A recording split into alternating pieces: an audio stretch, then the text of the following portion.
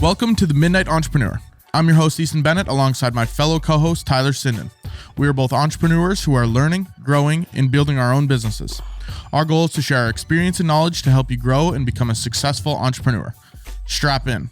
Before we get started, if you have any questions or things you'd like us to cover, you can email us at themidnightentrepreneur@gmail.com. And if you'd like to join our business Discord where we talk about wins, business problems, or general questions, shoot us a message and we will get you in there. Tyler, what is going on? I was going to say first episode of 2024, but it's the first recorded episode of 2024. What's going on? That's correct. Oh, not too much, as you can tell, in a new location. That's what the big surprise was that we've been holding off on. There was a whole lot of stuff that went on with that, and that's why I didn't really want to say it until it actually became a reality. There was so much stuff that we had to go through, and it was a really short period of time. But you know what? You helped out. You came through. You clutched up, and we're here now. And you know it's going to be a good time out here. We've been grinding. It's been a lot of catch up. Not really catch up, but like preparing. Got to get groceries and all that stuff, and prepare and make sure I'm good. But yeah. We're out here somewhere new. Daddy Easton had to come through and make sure an American... Daddy Warbucks. Yeah, was making sure an American had to go through the transaction. For the people that don't know, Tyler, your new location, where the hell are you at? Where in the hell in the world is Carmen Sandiego? I don't know that reference, but I'm in Tucson, Arizona. Tucson, Arizona. That's a reference from an old video game back in the day where the game was where in the world is Carmen Sandiego, and you'd have to like find her. Where in the world is Tyler Sinden? Tucson, All right. Arizona, everyone. How is it, though, Tyler? Give us a quick rundown. You're in your place. What do you got? A two-bedroom? I do. Nice little condo? I don't know if it's a condo, it's apartment, townhouse kind of thing. It's not attached to anything, which is nice. The first place that you said that you think that's where I should go. My sister said that as well. That was both of your first choices. This was actually my first choice. I ended up getting, and then they said, hey, we double booked. So they had to switch it to this one. I don't know. I'm pretty happy with it. It's a nice, big, spacious place. Definitely paying for it, but you know what? I think it's going to be worth it because if an indication from the first few days here is going to be an indication of the rest of the time I'm here, the amount of work that I'll get done is just going to be insurmountable. Hey, and that's a pivot into too. You haven't mentioned what you're there for. You've mentioned that you've moved to Tucson, but what are you doing in Tucson? What's going on? Main purpose is training for my Ironman, taking this shit seriously, and that's what I'm doing. So coming out here so I can train outside, bike outside, run outside. I don't have to worry about the cold weather, say back home. I don't have to worry about like ice on the ground. It wasn't bad right now, but I think going forward in the next few months, I can see it snowing, getting icy, and don't want to have to risk any injuries or just runs not being able to be performed as best as I can because of ice and wanting to risk that. And also at the same time, I've been biking on my trainer the whole time. Now there's no excuse. I think I'm going to go for a bike ride later today, go outside. There's actually a bike path that I noticed on my run yesterday, like 2 minutes away from here. So I'll check that out, see how it goes. But I think on the weekends is where I'm going to log a lot of miles. That's what we like to hear. So moving to Tucson, Arizona, get that Ironman, a little bit of a different feel, different vibe. And hey, it sounds like you're getting more work done as well. Having your own space, being in a new environment. We are going to be talking about dominating 2024 this year and how we're going to do that. We'll get into that later, but it's good to see that you're already on a hot roll here, Tyler. Hell yeah. Got to start the year off hot, build that momentum. So yeah, we're going good. What about you? Not a whole lot. The last 2 weeks has been absolutely just crammed with trying to get in the shoot in New York City here. We fly out Sunday, so when people are listening to this, I'll actually be in New York City. Decided I'm probably not going to release what the project actually is until it's out. I didn't sign any NDA or anything, but previous projects we worked on, we did sign an NDA. So just want to keep that under wraps. I don't know. Just better safe than sorry. But going to New York City, filming, I can give a little bit of some information on it. It is a mini documentary going to New York City, and then the end of January will be in LA and San Francisco. So a little bit of a mini documentary, I think it's about 15 to 20 minutes. So excited to share that when it's done here in the middle of February. But for now, we got everything ready to go. Gear is here. Had to order a travel tripod, ordered a couple lights that aren't massive and that I can throw in a Pelican case. Got the audio set up and ready to go. So all the gear is here, ready to go. All the scripts and storyboards are ready to go. So now we fly out when you're listening to this yesterday. So Sunday before this episode comes out. And probably when you listen to this, I will be actually shooting the project. So that's kind of the biggest thing that I've been crammed for in the last 2 weeks. That'll be fun. They got a headquarters out there? Man. Not in New York, I don't think. No. They do in LA. That's where their headquarters is at, but I don't think they have an office in New York. I think the people that work in New York for them are just remote workers. So do you have a storyboard or script of what's going to be shot there already? Yeah. So basically, I mean, the storyboard, we don't have a ton of like actual scenes because it's more so just interviews. And then I have a couple extra days in New York. I can't remember if I mentioned that on the last episode, but fly in Sunday and I'm not leaving until the following Sunday.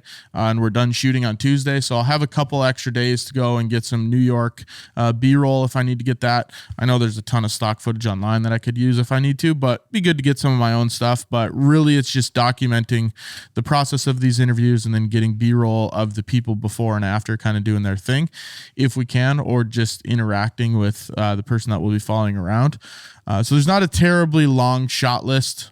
B-roll wise, it's more so, I think we're shooting 3 or 4 interviews in New York, and then that's pretty much it.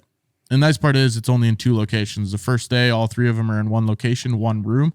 And then the second day is just at a different building. Cool. And that NDA doesn't drip over into this one or anything? It's a whole new contract? It didn't. They didn't have me sign one. I know they went out of their way the first time to have me sign one. So I just don't want to put something out there where they're like, well, it does, any project we work on, it kind of falls under all of them. I'm probably fine saying it, but I just figured better safe than sorry. And it's a cool little teaser for our audience.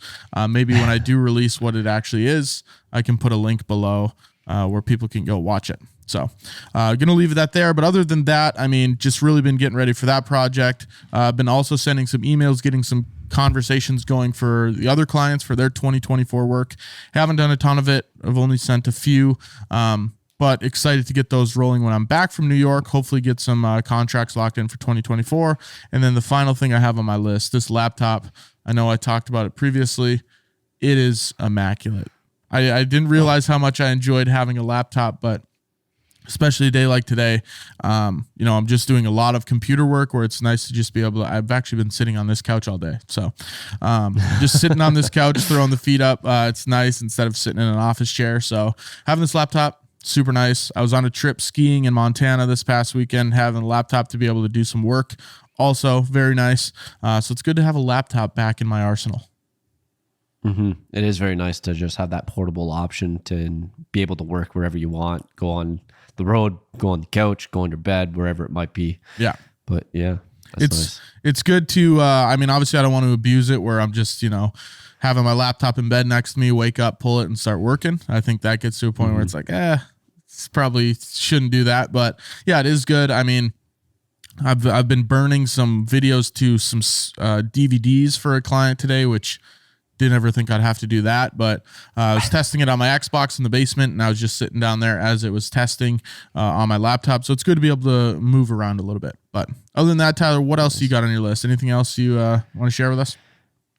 I just had one question because you were mentioning sending out some emails. Did you ever get any follow-ups from your cookie endeavor?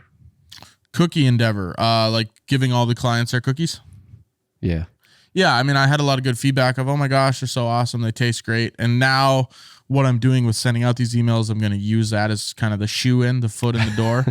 I gave you cookies. No, yeah, give me money. Cookies for money. It's a straight trade. But no, it's just a good way to say, hey, hope you enjoyed the cookies and Happy New Year.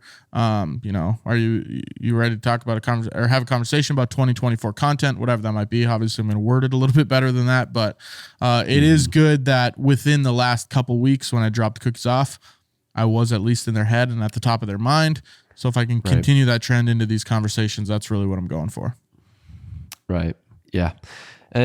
Cool. And for me, I just had a couple client meetings these past few days. Had one this morning, had one yesterday. First one was the kickoff call.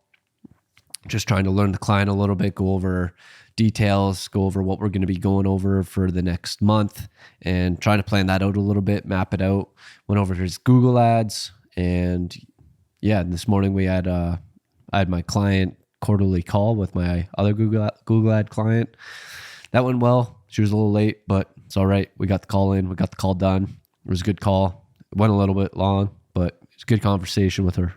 Anytime that you can have good conversations, it's hard to complain about the length of them. That's why I'm like, man, that meeting was an hour and a half. But then I realized that's okay because we got a lot of stuff done in that hour and a half.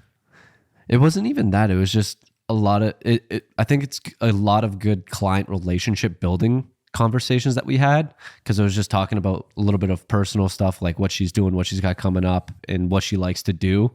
And I think that was really good to get that conversation in there, because that helps build the client relationship, as we were talking about on the previous episode on how to maintain and keep clients. So either last episode or 2 episodes ago, I can't remember. Yeah, and we did do an episode on client relationships, super important. I know we talked about, just remembering things about the clients when you're talking about them in case you get them gifts or birthdays or whatever it is. But yeah, those relationships are super important. So if you want to go listen to that episode, do that after you listen to this episode. Yeah, that's what I was thinking about, because I was just writing stuff down that she was saying, and she's going for a ski trip in March. And I was just like, maybe I'll shoot off an email in March and say, have fun on your ski trip in Keystone. Have fun out there. Yeah, that'd be, those are the things that go a long ways toward the clients thinking, oh, they actually do care about me. They are actually listening to what I'm saying. So yeah, I don't think that'd be a bad idea at all. Do you record your calls? I don't. We started doing that at work, and the main reason for that, I would say, is for reviews. So because we implemented account managers, and then what they had was account managers reviewing the calls. So they would go back and watch it, and they would critique the account manager and be like, this is what you could have done different. This is how I would have done it. So it's a little bit more of how to improve. And for me, no, I don't do that as of right now. Maybe in the future, because I know it's like good to be able to go back. It's like, oh, that client said something really good at this point. Let's go back and check that up. But as of right now, I don't. Yeah, there's times when I definitely record my calls. A lot of times it's a kickoff meeting when we're going over their brainstorming ideas and what their brand is about. Kind of the call where you're getting to know people. I should start recording more of them. I think it is beneficial where if you need to go look back at the call and see what they said. There's been times where I think, man, I'm definitely going to remember that. Like, how could I forget that specific video idea they wanted? And then I try to remember it, and you're like, oh shit, I don't remember what that was about. So yeah, I think recording calls is a good thing. If you just start recording before they actually show up to the meeting, it's generally good. But obviously there are some calls that don't need to be recorded. Definitely. So let's get into this week's news story. I just realizing now, looking at the notes, we didn't really put many notes on this one, but kind of a hot topic. I didn't even look at it. Yeah, hot topic item. We can keep it short and sweet. Aaron Rodgers, for those of you that don't know, first of all, the I don't know if it was the country, whatever part of the government released that they have to release some of the names that were going to Jeffrey Epstein's Island. And Aaron Rodgers has called out Jimmy Kimmel saying, if there's one person that should be worried about them releasing that list, it should be Jimmy Kimmel. And the exact quote is, on the Pat McAfee show, there's a lot of people, including Jimmy Kimmel, really hoping that doesn't come out. I'll tell you what, if the list comes out, I definitely will be popping some sort of bottle. So I think Jimmy Kimmel was kind of anti-Aaron Rodgers there for a little bit, and he's kind of holding that grudge. But Jimmy Kimmel went off on him. He pretty much freaked out, calling him, I think, a smooth head and an asshole. He was posting on X a lot.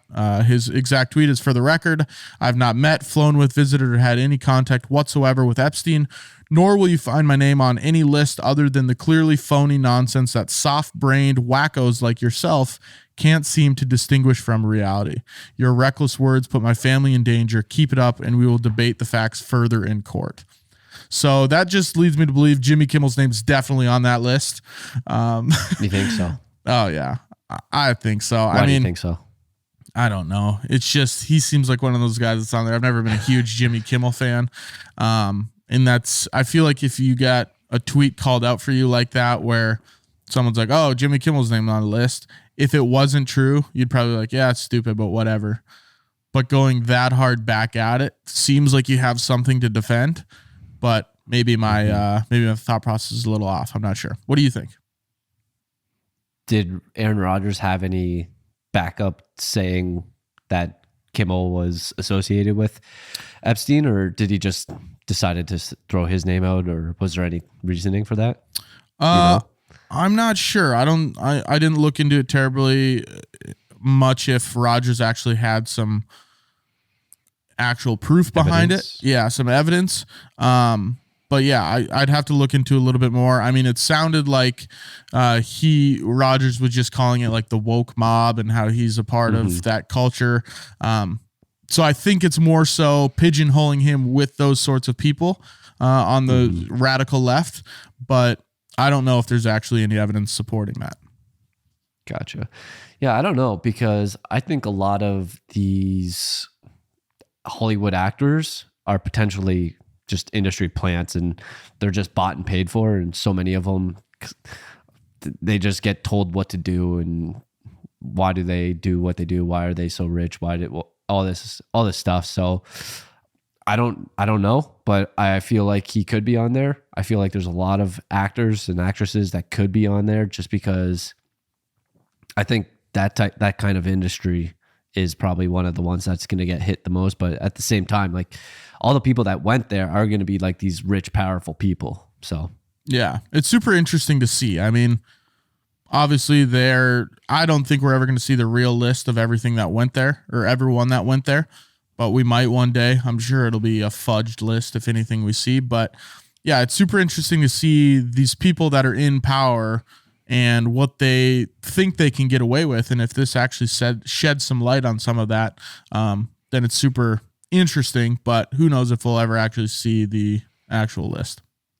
Well, I heard they released at least one name, and one name was Bill Clinton. But that's as far as my knowledge really goes. I heard that on another podcast. So I think it's in the court case where they're talking about it. It's like, I forget the exact verbiage of it, but it's like person number 36. Yeah. And it's like, is that still going to be person number 36, or is that going to be Bill Clinton now?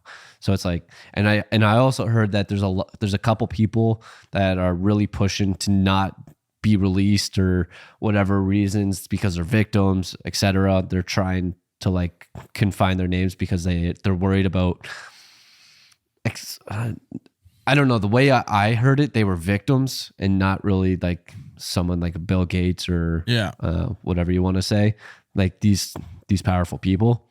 So I don't really know, because like there are probably a lot of people on that list that are like, you better not release this list. And it's like, why hasn't it been released? It's like, yeah. And I don't know if anything will even come of it. If we do see the real list, like, what are they going to do? Prosecute these people?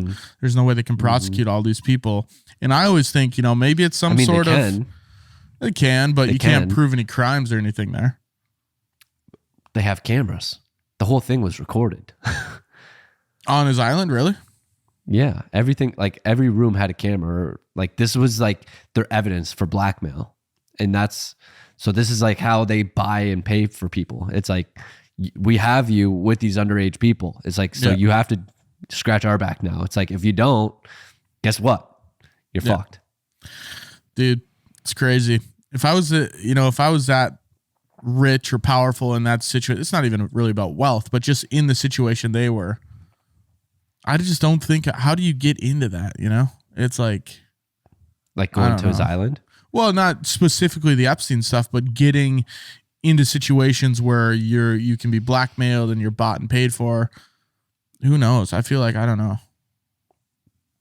It probably starts out when you're young, but at the same time, it's like, how cool would that sound in theory? Hey, you want to go on a private plane to my private island where I got a whole bunch of attractive looking girls that are hosts and they look of age. Like, sounds kind of cool. It's like, have a huge party. I guess if you phrase it that way, but the looking of age, I'd like them to be of age. And even so, like, if it's, a lot of these people are married and have spouses, maybe not at the time, I guess, but it's pretty crazy to be like, yeah, I'll go there and see what's up. But yeah, who knows? I just like to think if I was at that point, it'd be hard to be controlled, or I'd be maybe more of a free spirit like Aaron Rodgers. Yeah. Yeah. But all right, let's talk about this week's. We've talked enough about Epstein. Let's talk about this week's topic. We mentioned it at the top of the episode. How to dominate 2024. How we plan to dominate, how you can plan to dominate, maybe some advice on things that we're going to implement, and maybe you can implement them too. So Tyler, what do you think the first thing is when I know New Year's resolutions are a big thing for people where maybe they only stick with it for a month or two, but when you go into a new year, what are some things that you're thinking about? So I'm not a big fan of New Year's resolutions. Main reason because it's like, why do you have to wait for this specific date in order to do something? It's like, go fucking do it now. You don't need to wait. Yeah. So that's why I'm not a big fan of it. But at the same time, like when you are coming into that new year, one thing that you do want to do is set a target, because you can have like what's a map if you don't have a destination? Yeah. Or if you know where you're at. So a map's kind of useless if you don't have a destination or starting point. So basically what you got to do, figure out where you're at and figure out a target. And then you said, how do you make sure you stay on target with it? Because a lot of people that do set New Year's resolutions, they end up setting them and then they forget about them after a week or two. So I think a lot of it is just making sure that you're reminding yourself and staying within that, I don't know, like having accountability, making sure that you have those steps necessary that you need to take and just trying to stay consistent with it. What do you think? One question I have for you, what do you think are some good ways to, because I think that's one of the things that I fall into, the biggest trap, I guess you could say, but how do you remind yourself to keep remembering, hey, this is my target? Because one thing I do, I'm like, hey, this is my target. And then 4 months down the road, I'm like, oh shit, I haven't thought about that target in forever. Good question. I think this is one thing that I struggle with personally. I am more of a micro person, I would say, and I figure out everything that I need to do on a daily basis. And so you're less of a visionary. I would say I'm a visionary, but it's like I don't really look at the end goal. It's more so it's the process and making sure that you're taking those daily steps to get you to there. So right now for me, Ironman, I got to do swimming, biking, running, one of those daily. I got to have a good diet. I got to get good recovery. I got to stretch. I got to get good sleep. And I just got to make sure I stick with that stuff. And that's my daily actions that I need to do every single day. So I might not be focusing on the Ironman every single day, but maybe some days when I don't have that motivation to do something, it's like, why am I doing this? Yeah. Ironman. That's why. Okay, let's do it. I like that thought process because a lot of people create goals. Let's say, one common goal and an example we've used on the show. I want to make $1 million this year. And people start doing stuff and they're like, okay, my goal is still $1 million, but they don't know exactly what the steps are. Whereas the Ironman, you have the laid out steps. Like you said, it's biking, it's running, it's swimming, it's sleep, it's diet. Where if you start to reverse engineer, let's take, even if you don't like New Year's resolutions, by 2024, by the end of it, you want to make $1 million. What are those steps that are actually going to get you to $1 million, and make them super specific? Just like Tyler's for his Ironmans are super specific. I need to run, bike, or swim every single day. I need to have a good diet. I need to have good sleep. What are those different steps that you can reverse engineer? Because that's one of the things that I don't do very well, that I want to do is, hey, here's my goal. What are the exact steps that I need to take? I would always think or assume that you would be really good at that because you're the person out of you and I that is always talking about reverse engineering. Reverse engineer your goals backwards. Like, where are you at? And then reverse engineer. You say that like all the time. So I figured that you would be really good at that. Yeah, I don't know if I'd be really good at it. I try to do it as much as I can, but I haven't even done it. We've talked about the mastermind on what our 2024 goals are, and I haven't sat down and actually thought, what are the actual steps that are going to get me there? I know what kind of the broad steps are going to be, but I haven't sat down and been like, here are the exact niche specific steps to take. So I'd say, I'm decent at it, but I'd like to get better at it for sure. Hey, we're always trying to get better. Hey, We're never complacent. one step better every single day. That's what they say. And this is a good transition into the next part of it is, like you said, consistency. You need to be constantly consistent with what you're doing, whether if your steps are to get to $1 million, be consistent in those steps. If it's the Ironman, be consistent in every single day. I have to do one of these 3 exercises. So again, we've talked about this on the show before. I'm not the most consistent person where I might be for a period of time, and then after that, I just let things fall through the crack, or I stop doing them, or I think other things are more important. Where that's one of the big things on how I want to really dominate this year is being more consistent. And some of the tasks that I have on here, monthly reviews, I want to start implementing those, or at the end of the month or at the beginning of the next month, I actually go through, what did this month look like? Was this a successful month or not? Analytics. I don't really look at analytics all that much. Maybe some budget breakdowns where I figure out, hey, this project was $5,000. What did I actually put into it? Here's the cost. I bought $1,500 worth of stuff I needed for the shoot. This is how much time I spent editing. This is how much time I spent shooting, and then break down how much money is this project actually making me? What's the profitability? And looking at those analytics more so I have a better idea of the business. So those are some of the things consistency-wise that I want to make sure that I'm implementing this year so I can dominate. Yeah, I had questions and then you kind of answered them, because I was going to say, how do you plan on being more consistent with everything? And you kind of went into it with the monthly reviews, analytics, budget breakdown. So I think another thing, Tyler, just to answer that question is, I mentioned this before too, is processes. I really want to hone in the processes where it's almost robotic. So, Sunday nights, I want to set the schedule for the whole entire week. I know people like having the fluidity in their schedule, like, oh, I'm flexible. I can do whatever on Wednesday morning. I can do this on Friday afternoon. But I think having a strict regimen, obviously you can change them around, but a strict regimen for the week just allows you to just go on autopilot and get stuff done. So that's one of the things this year where I want to make the processes, whether it's the scheduling, whether it's this is the exact client process, this is the exact process for whatever scenario it is, I want to have them absolutely dialed in so I don't have to think and make decisions. It's, hey, I set it up so you can't fail. I want it to be so, Tyler, if you had to take over the company tomorrow, you'd know exactly how to run it because everything would be there for you, set up and ready to go. Do you have a plan or idea on how you're going to set up all these processes? Well, I think the first thing that I want to focus on is definitely the schedule. Sometimes I'm super good about my schedule. Like, hey, I got everything planned out to the minute. And then I'll go a week where it's, I don't have any shoots this week, so I'll just do what I need to get done.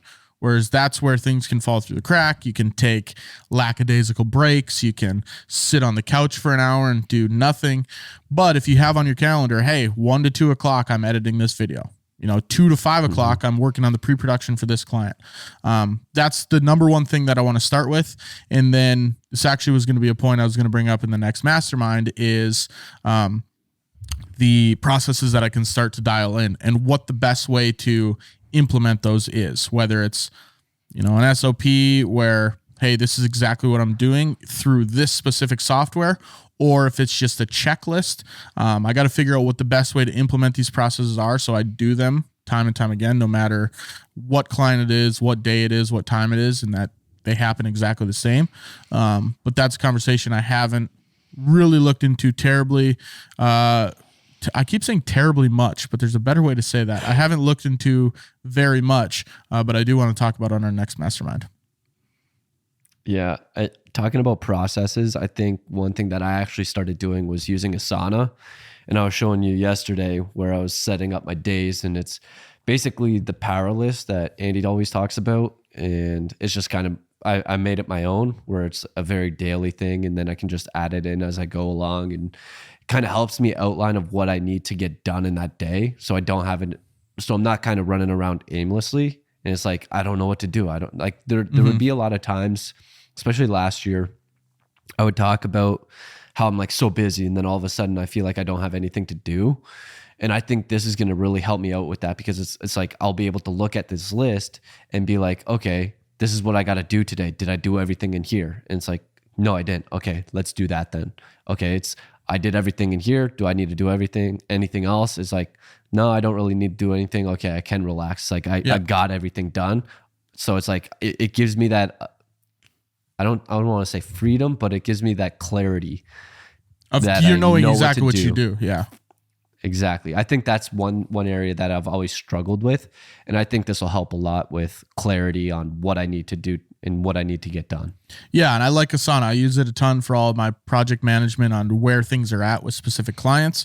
And I think when you were saying that, it really boils down to the calendar, where if I'm reverse engineering the steps of, hey, I want to get to $1 million this year, every single morning from 7 to 7:30, you're going to do this step. And I think if I start putting those things in my calendar of the things that need to get done, maybe from 5 to 5:30 at the end of the quote unquote workday, I go through and I make sure all the client processes are done, follow up with every client. If there needs to be invoices sent, you do all that during this half-hour client window, you could call it, whatever it might be. So really just dialing in that calendar, making sure the processes are happening and using that as a reminder. And the other big thing, go ahead, Tyler, because I was gonna switch. I was gonna switch topics. Switch it up. Yeah. So the other thing I really want to start doing is taking more action into things that move the needle. So I know there's a lot of stuff that I need to do, creating content, creating this landing page that we've talked about, and actually growing the business.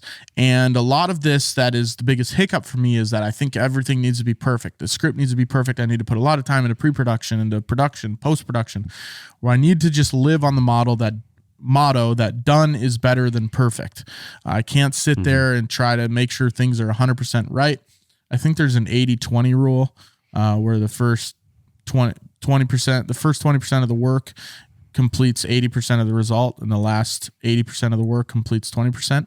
But yeah, done is better than perfect. That's one thing I want to get done this year, is that it doesn't need to be perfect. Just start cranking stuff out and getting stuff done that moves the needle.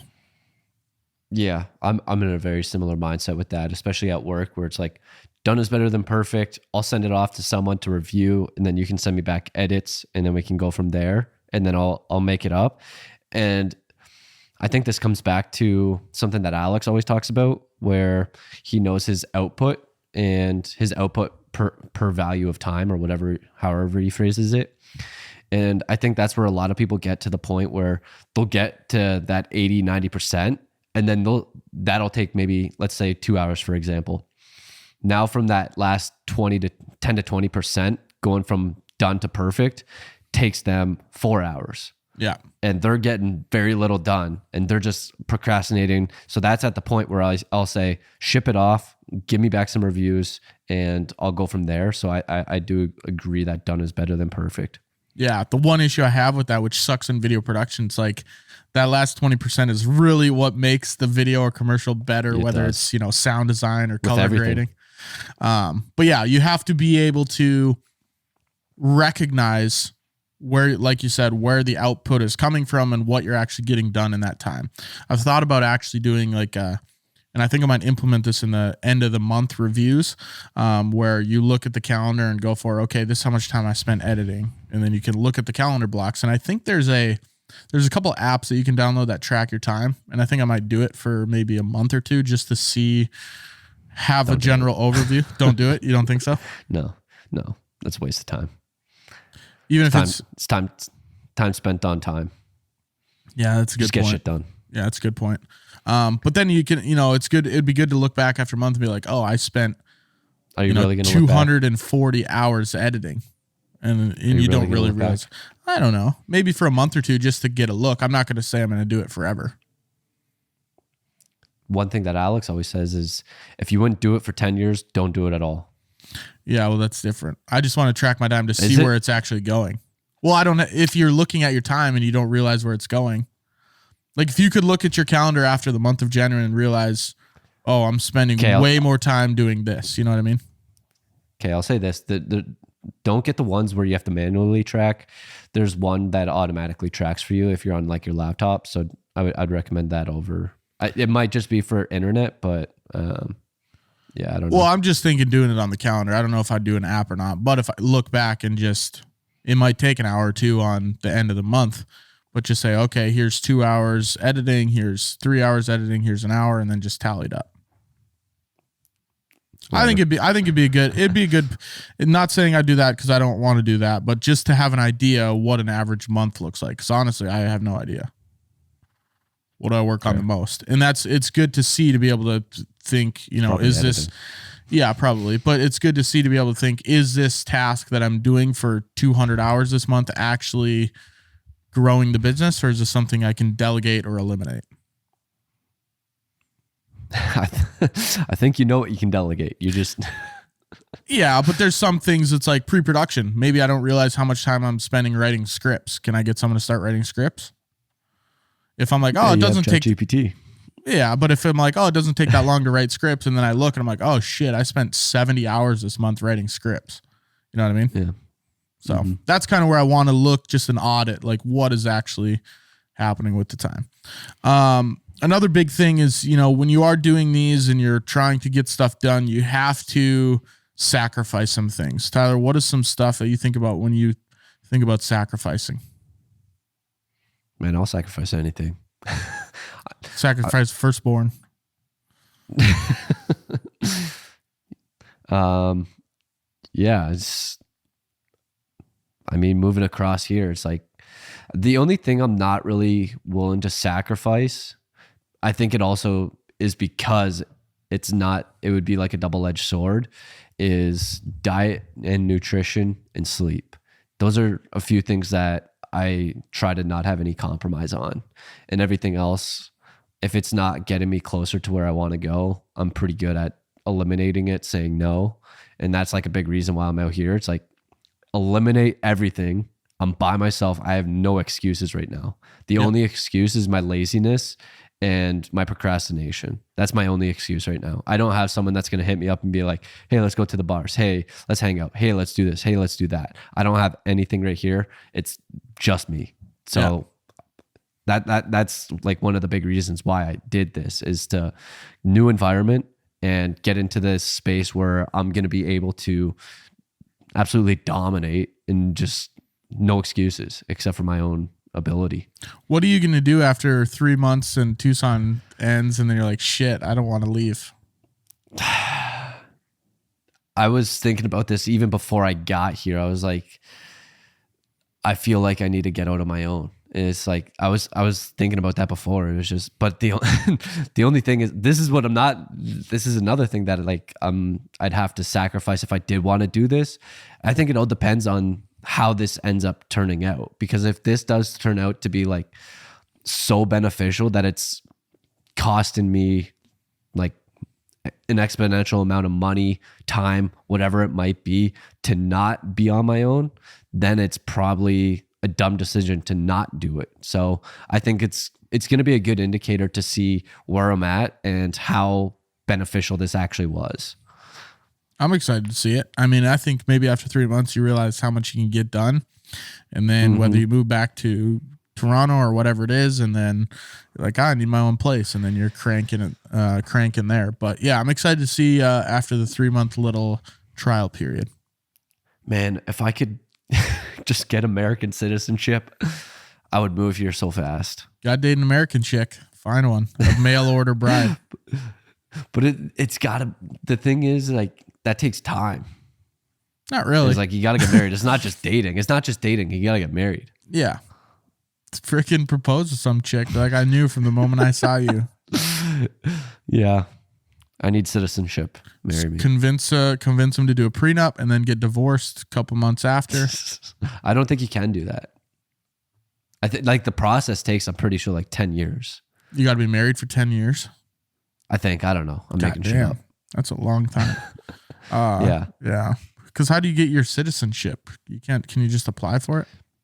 Yeah. So that's what happens when you get married. You go through the whole citizenship thing. And I think that process takes a number of years. But what if you're not married? Can't you apply for it right now?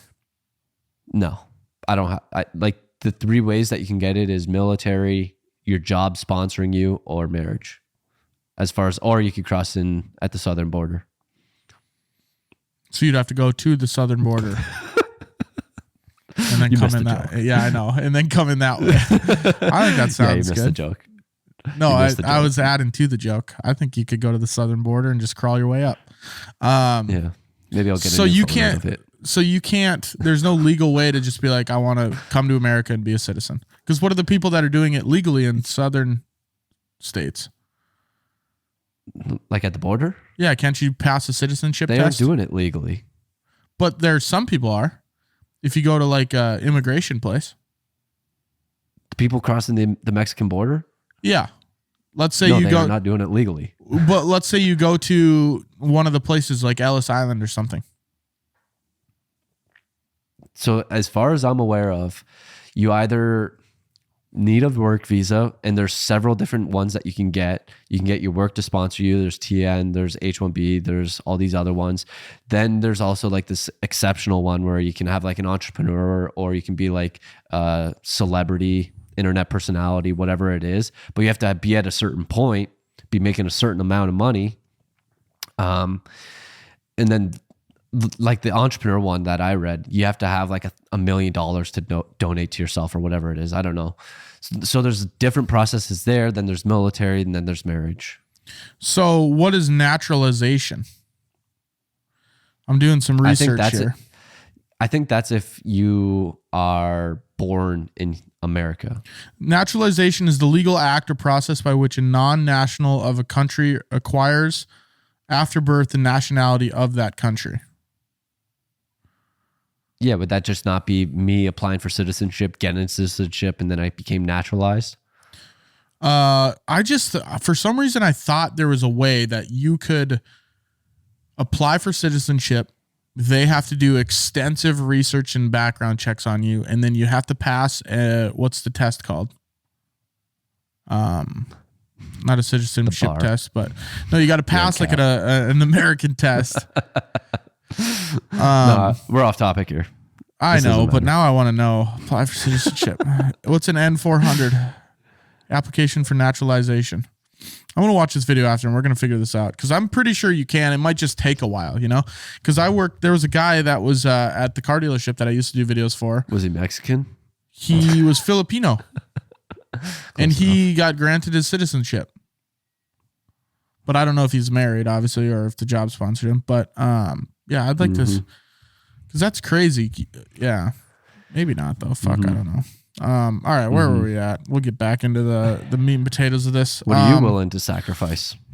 I think one of the biggest things is trying to create more and consume less. That's one of the habits I sometimes fall into. It's like, I'm going on Instagram because I got to check something. And then next thing you know, I've watched 20 minutes of Instagram reels or, someone sent me something on TikTok and next thing you know, you're in the rabbit hole where if I can start to create more and consume less content, that's one of the biggest goals I have. How I'm going to accomplish that, I'm not sure. Maybe every time that I go on Instagram or something, I have to create a video or something. I don't know. That seems like a lot because I go on Instagram a lot, but some way to consume less. I know for a period there, I deleted TikTok off my phone. I think I talked about that on here and it was really nice. Just deleting it. But then again, it's like, well, if you want to create TikTok content, you kind of need it on your phone. So I got to find that happy medium. I don't know what it looks like, but that's one of the goals things I want to sacrifice is consume less. At the end of the day, it's just mindless scrolling on social media. It's not you're not gaining anything out of it. So working on that is something I want to do to make sure that this year goes successful. Yeah, that's one thing that I think this is one thing that I've only been here like 2 days now, but I've actually been really good at not going on because I got my priorities straight as of right now. And like I was just looking, I'm at a total of 30 minutes for Instagram and TikTok on the day, which isn't too bad. I've been up for quick math 12 boom, boom. minus 3, about 9 hours. So not terrible. And then got 7 hours left in the day, 8 hours, however long I stay up. So I feel like I'm doing pretty decent and trying to stay a lot more focused on what I've been doing and like not. Once I started posting, like once we did our challenge, that's one thing that I ended up doing was consuming a lot less and creating a lot more because the time gets allocated to creating because it's like, okay, I got to create, I can't consume. Yeah. And that's one thing where I know you can go in your apps and you can set like, oh, I only get a certain amount of time on this app, which I have right now for like all social media apps. But it's very easy to click out of that when you're doing that. So, one thing I want to focus on this year. There's one other thing I was going to mention as far as that goes, but I can't remember. I lost it.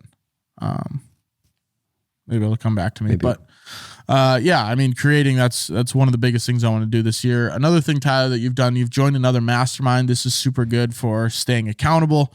You can also join our mastermind, which we do, no set schedule. We just do it. So we're going to get it. Yes, I think we're going to do Monday mornings. We used to do Friday mornings. But I kind of like Monday mornings. It kind of propels you into the week and gets you going, whereas Friday would propel you into the weekend. But I always liked weekends getting stuff done anyways. So I think I'd need the jump start more on Monday mornings. If you want to join our mastermind or just find other masterminds or even just someone you can text and call with. I was joking with Tyler now that he's on Mountain Time that I can annoy him a little bit later into the night now that he's an hour behind me. So find an accountability partner, someone you could text, someone you could call, do whatever you need to, but that's super beneficial to making sure you're staying on track as well. Still went to bed earlier. Yeah. I was cranking out that but that script for the project, the New York project, and got her done. I'll send it to you after this. You can give her a glance. I already sent it over this morning, but you can take a look at it. What time are you up till? I think 11:15. Sheesh.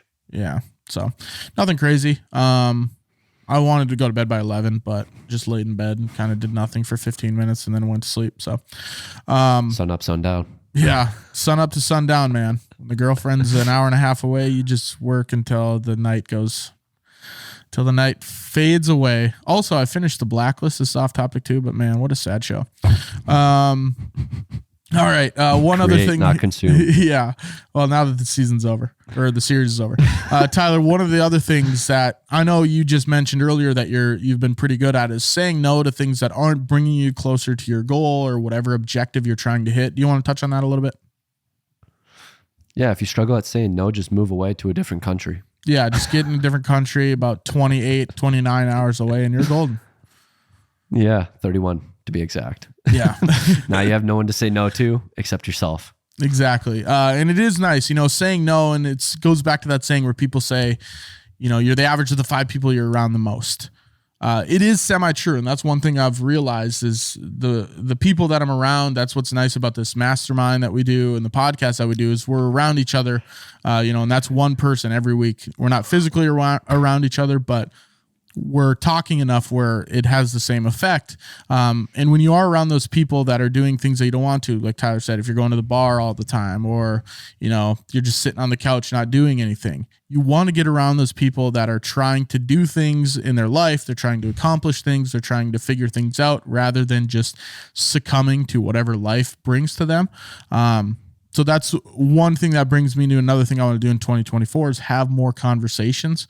Tyler, I know you're pretty good about this, about, just connecting with people in RTA, having a conversation about what they do. I'm not good. You used to be though, yeah? Trying to get better. Get better. So that's something you used to do that I'd like to do more is, people on Instagram. I just had someone, I put a poll out yesterday where someone wanted to connect with me and I already booked a meeting to just talk to him next week. Just having conversations with people, figuring out what they do, start to build those relationships.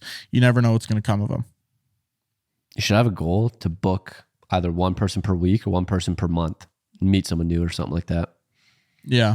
I think one thing I want to put on my calendar too is like just to reach out to more people and connect with more people. Like, maybe it's 15 minutes in the morning, right when you wake up or when you're eating breakfast or something where you just reach out to people or comment on their stuff or, answer their Instagram stories just to start to build those relationships. Mm-hmm. Yeah, I think that's good. But the only thing is it's on Instagram and then you end up getting caught in the scrolling.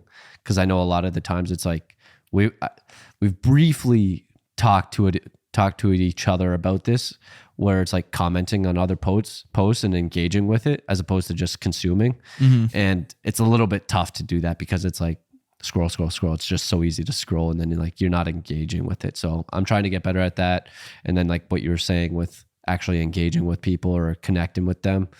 The only issue is making sure that it's strictly that and you're not scrolling or mindlessly doing stuff that doesn't need to be done. Comes down to the discipline. I think maybe what would help is just you have to comment or engage with every fucking thing you see, every single thing. Instagram story, it's some person that's skiing in Montana, whatever it is, you comment, hey, sick. You go skiing all the time. Doesn't even have to be about work stuff, you know? It's just getting to know a bunch of different people. So yeah, just have to stay away from commenting on chicks' Instagram pictures and stuff.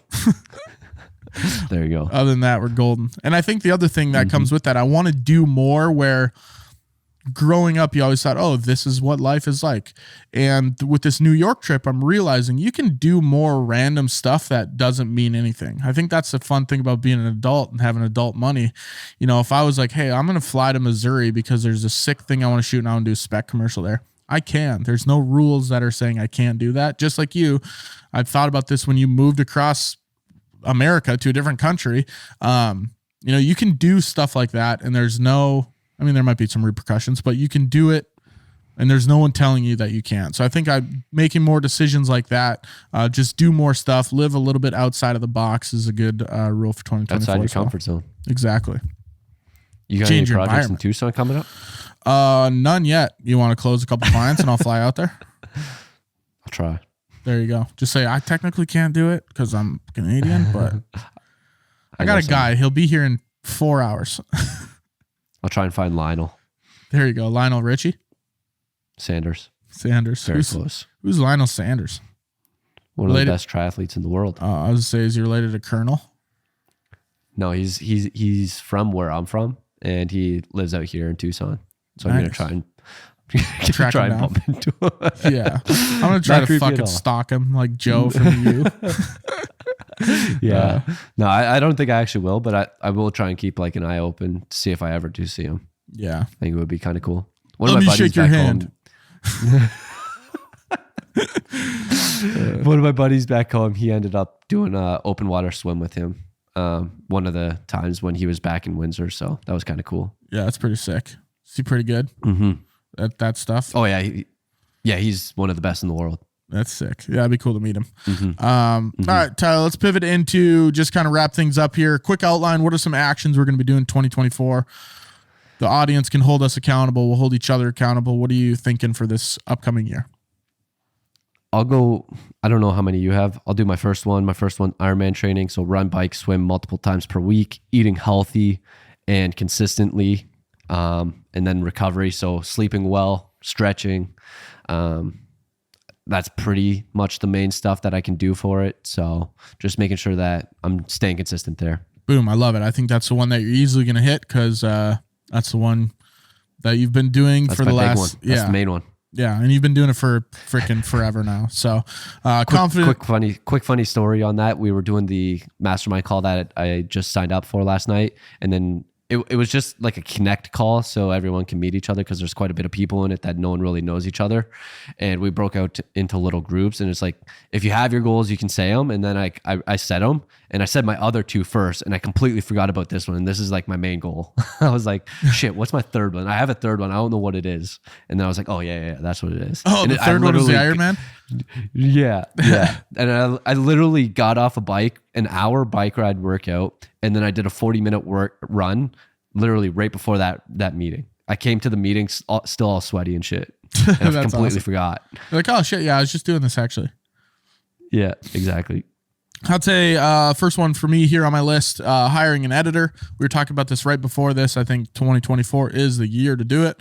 Waiting for this VBA payment. I know we've talked about that on the show too. This mentorship I'm in.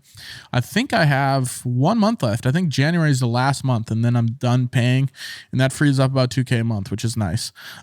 So that's kind of the biggest thing I want this year, an editor. Lately, I've been realizing how much goddamn time goes into editing.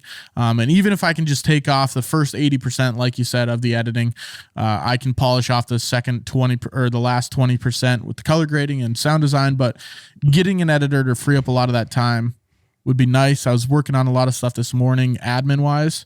And like, man, it'd be nice if there's some editing going on in the background right now. If someone was getting fucking something done. So yeah, I think that's a big one for 2024 is hiring an editor. Cool. My second one, YouTube subs. My goal is 100K subs because that's when you get the silver medallion or whatever the fuck it's called. So basically what I'm going to be doing is putting out consistent content there, trying to work on quality, but we might not. And then at the same time have long form content that's organic, very similar to what Sam Sulek does, but in the Ironman form. And then also creating short form content to help build the audience up and then funnel it potentially towards YouTube.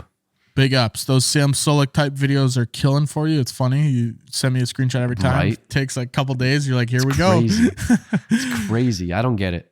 Yeah, but hey, it's something that works for some people. So good big ups there for the YouTube creation and content creation.